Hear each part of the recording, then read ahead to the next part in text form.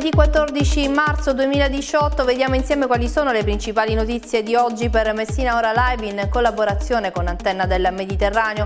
In apertura torniamo a parlare dell'inchiesta sul CAS, consulenze al posto di Mazzetta. Ecco cosa emerge dalle carte della magistratura, un quadro impietoso di come anche il costume della corruzione si sia adeguato ai tempi. È lo stesso giudice per le indagini preliminari, Salvatore Mastroeni, ad utilizzare un paragone per far comprendere la gravità della situazione nell'ordinanza che ha portato alle misure restrittive nei confronti di 6 persone coinvolte.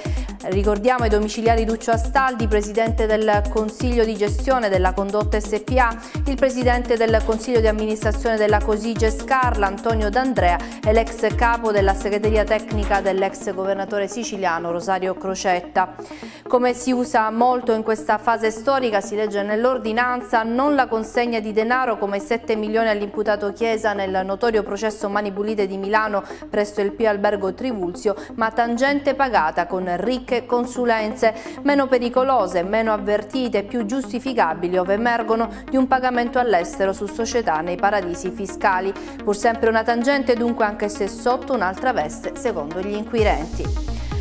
E ancora, a proposito di corruzione nei lavori sulle autostrade siciliane, è intervenuto il Movimento 5 Stelle. Bene gli arresti, ma le opere non rimangano incompiute, è quanto si legge in una nota del gruppo parlamentare all'Ars in merito all'inchiesta appunto sulle tangenti per i lavori di realizzazione di 3 lotti dell'autostrada Siracusa-Gela avviata dalla Procura di Messina. Nei giorni scorsi la deputata regionale del Movimento 5 Stelle Stefania Campo ha presentato una mozione proprio sullo stop ai cantieri lungo l'autostrada Rosolini-Modica per accendere i riflettori sui ritardi nella realizzazione dell'opera e sul rischio che potesse trasformarsi in una nuova eterna incompiuta Made in Sicily, mentre da mesi circa 400 operai delle 24 aziende dell'indotto sono senza stipendio. E parliamo di amministrative e dell'ipotesi che vede Beppe Picciolo ritornare a destra dopo la parentesi nel PD, questo almeno secondo quanto si evince da una nota dura che lui stesso ha pubblicato sul suo profilo Facebook. L'ex deputato regionale, dopo la sconfitta alle politiche, guarda le amministrative con sconforto. Nonostante l'esaltante risultato messinese di Sicilia Futura, il PD è in silenzio assordante, ha scritto Picciolo. Ancora non è stato ufficializzato il nome del candidato a sindaco dei Democratici, che ricordiamo venerdì 16 si riuniranno. Rumors parlano di una possibile candidatura di Antonio Saitta, che se confermata spiegherebbe il motivo del dissenso di Picciolo. Per il leader di Sicilia Futura a Messina allora si potrebbe prospettare un passaggio al centrodestra già orientato su Bramanti.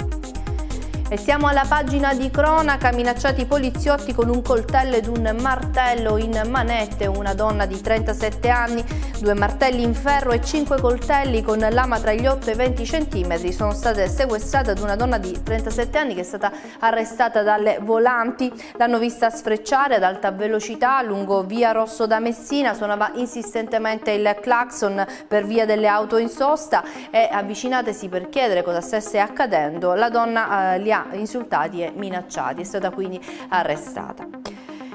E ancora la pagina di cronaca con un sequestro di marijuana, un cane corso era a guardia di 1 chilo di droga che si trovava in casa di una coppia di 21 anni a Giostra. Sono stati arrestati nel giardinetto antistante la loro abitazione, nascondevano poco più di 1 chilogrammo di marijuana. Ad intercettare la sostanza stupefacente i militari dell'Arma che stavano monitorando la situazione già da qualche tempo. A guardia della droga un cane corso, un molosso legato con una catena di 10 metri che ovviamente alla vista dei militari ha cercato di scoraggiarli ad effettuare la perquisizione domiciliare. Cambiamo pagina e parliamo di teatri, di una rete di teatri della città metropolitana che si sta creando. Ieri c'è stato l'incontro fra i vertici del Teatro Vittorio Emanuele e i rappresentanti di tutti i teatri provinciali. La rete mira alla circuitazione degli spettacoli, dei servizi, punta alla valorizzazione delle attività culturali per generare indotto su tutto il territorio. Ogni teatro presenterà una scheda con tutte le informazioni sia sulle caratteristiche della struttura struttura sia sulla tipologia artistica proposta, in modo da avere un quadro complessivo della situazione attuale. Tra 15 giorni, il tempo concordato con i rappresentanti, dovrebbe essere pronta la piattaforma di dati su cui costruire il progetto Rete di Teatri della città metropolitana di Messina. E chiudiamo con il calcio, nuovo rinvio per Messina Palazzolo. Inizialmente la gara era programmata per domenica 18 marzo, è stata posticipata a mercoledì 21. La Lega Nazionale Dilettanti ha infatti individuato nel 4 aprile la prima data utile per il recupero del match. Non è da escludere tuttavia il rinvio di una settimana previo accordo tra le due società. L'intera vicenda nasce, come è noto, dall'impiego del centrocampista gialloverde Doda tra le file della rappresentativa di Serie D impegnata in queste settimane nel prestigioso torneo di Viareggio. Ed è tutto per questa nostra edizione. Noi salutiamo chi ci sta seguendo da Antenna del Mediterraneo, mentre diamo appuntamento sulla nostra pagina Facebook, perché oggi parleremo come sempre di cinema con il nostro Umberto Parlagreco e Marina Pagliaro.